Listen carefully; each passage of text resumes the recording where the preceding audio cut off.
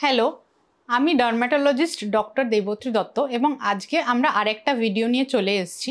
এই ভিডিওতে আমরা জানবো 10 স্কিন কেয়ার হ্যাবিটস যা আপনার স্কিনকে হেলদি, গ্লোয়িং এবং রেডিয়েন্ট রাখতে পারে।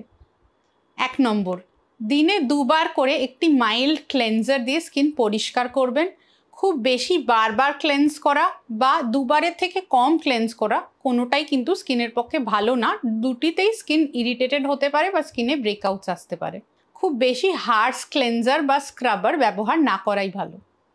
2 নম্বর, আপনার স্কিন টাইপ অনুযায়ী ময়েশ্চারাইজার চুজ করবেন এবং সেটি রেগুলার বেসিসে ব্যবহার করবেন। যদি খুব হিউমিড ওয়েদার হয় তখন আপনি ময়েশ্চারাইজার লাগানোর পরিমাণ এবং সংখ্যা কমিয়ে দিতে পারেন, এবং যদি খুব ড্রাই কোল্ড ওয়েদার হয় তাহলে আপনি বেশি করে এবং বারবার ময়েশ্চারাইজার লাগাতে পারেন। যদি আপনার ড্রাই স্কিন হয় তাহলে আপনি হেভি ময়েশ্চারাইজার ইউজ করবেন। যদি আপনার অয়েলি স্কিন হয় বা স্টিকি স্কিন হয় তাহলে আপনি light weight jail based moisturiser use করবেন।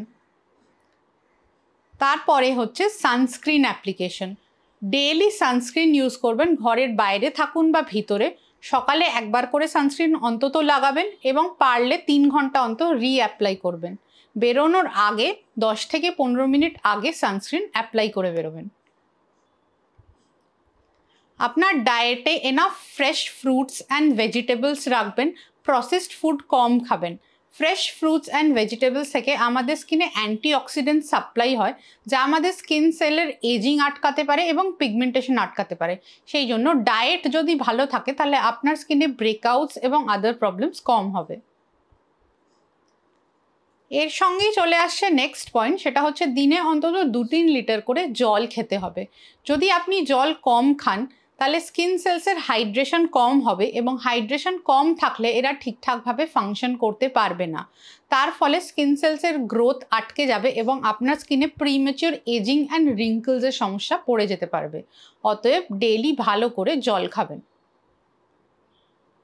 দিনের মধ্যে বারবার করে নিজের মুখে হাত দেবেন না।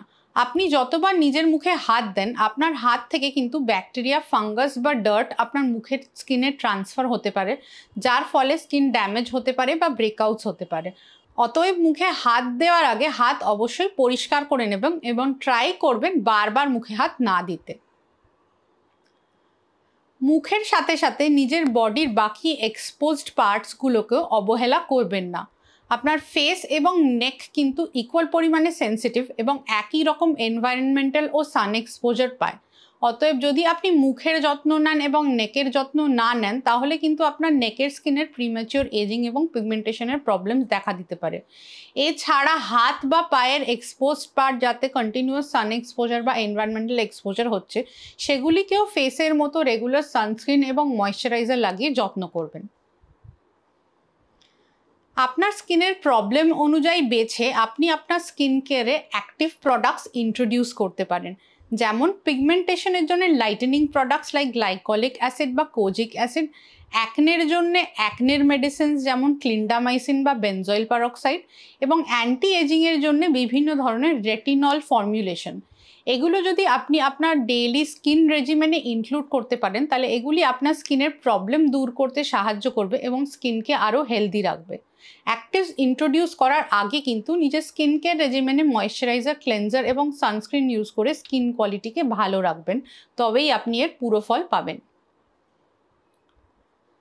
এক্সেসিভ ফিজিক্যাল স্ক্রাবিং অ্যাভয়েড করবেন। ফিজিক্যাল স্ক্রাবিংয়ের ফলে আমাদের স্কিনে মাইক্রো ট্রমাস হতে পারে, যার ফলে অ্যাগেন স্কিন এজিং এবং পিগমেন্টেশনের প্রবলেম দেখা দিতে পারে। যদি আপনার স্কিন এক্সফোলিয়েট করার প্রয়োজন হয় তবে জেন্টাল কেমিক্যাল এক্সফোলিয়েটর যেমন স্যালিসাইলিক অ্যাসিড বা গ্লাইকলিক অ্যাসিড ইউজ করতে পারেন। বারবার স্ক্রাবার দিয়ে স্কিন কিন্তু ঘষবেন না। আপনি যদি রোজ প্রোডাক্ট লাগিয়ে বাইরে যান বা রেগুলার মেকআপ করেন বা যেদিনগুলো খুব বেশি মেকআপ করেন সেদিন কিন্তু বাড়িতে ফিরে এসে ফেস ডাবল ক্লেন্স করবেন। প্রথমে একটি অয়েল বেসড ক্লেন্সার বা মেকআপ রিমুভার দিয়ে ফেসে যে প্রোডাক্ট লেগে আছে সেগুলি তুলে দেবেন। তারপর একটি ওয়াটার বেসড জেন্টল ক্লেন্সার দিয়ে ফেস ওয়াশ করবেন। এরপরে ময়েশ্চারাইজার লাগিয়ে নেবেন। প্রতিদিনের শেষে যদি আপনি এই রেজিমেন্টটি ফলো করেন তাহলে আপনার স্কিন ফ্রেশ এবং হেলদি থাকবে। এরপরে একটা সিক্রেট 11 নম্বর পয়েন্ট বলবো, সেটা হচ্ছে আপনার যখনই স্কিনের প্রবলেম হবে নিজে নিজে ট্রিটমেন্ট না করে অবশ্যই নিকটবর্তী ডার্মাটোলজিস্টের পরামর্শ নেবেন, তাতেই আপনার স্কিন সবচেয়ে ভালো থাকবে।